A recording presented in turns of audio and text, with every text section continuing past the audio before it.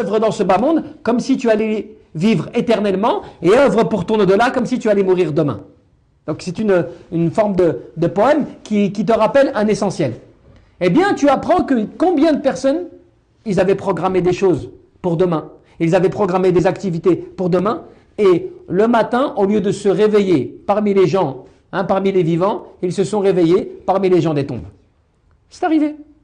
Et combien on en connaît comme cela? Combien de gens, toi, tu as vu la veille? Et quand on t'annonce cela le lendemain, qu'est-ce que tu te dis? Oui, tu t'étonnes. Subhanallah, je l'ai vu encore hier. Subhanallah, j'étais hier encore avec lui. Tu t'étonnes. Mais en même temps, au fond de toi-même, tu conçois que bah oui, mais en même temps, c'est possible. Et c'est la vie, quoi. Subhanallah. Oui, c'est des choses qui arrivent. Et bah donc, on te rappelle à cela, on te dit combien donc ont été comme cela. Ils ont calculé, ils avaient prévu demain de faire plein de choses. Et finalement, le lendemain, ils se sont retrouvés parmi les habitants des tombes, sans le savoir.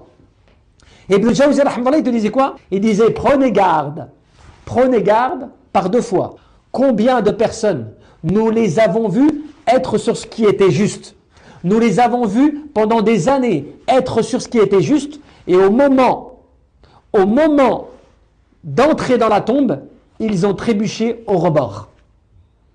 Juste au rebord de la tombe, ils ont trébuché. Qu'est-ce que cela veut dire? Qu'ils ont mené une vie, par exemple, sur l'adoration d'Allah Azza wa Jal, et juste au moment où ils devaient quitter ce bas monde, ils ont flanché. Ils ont changé.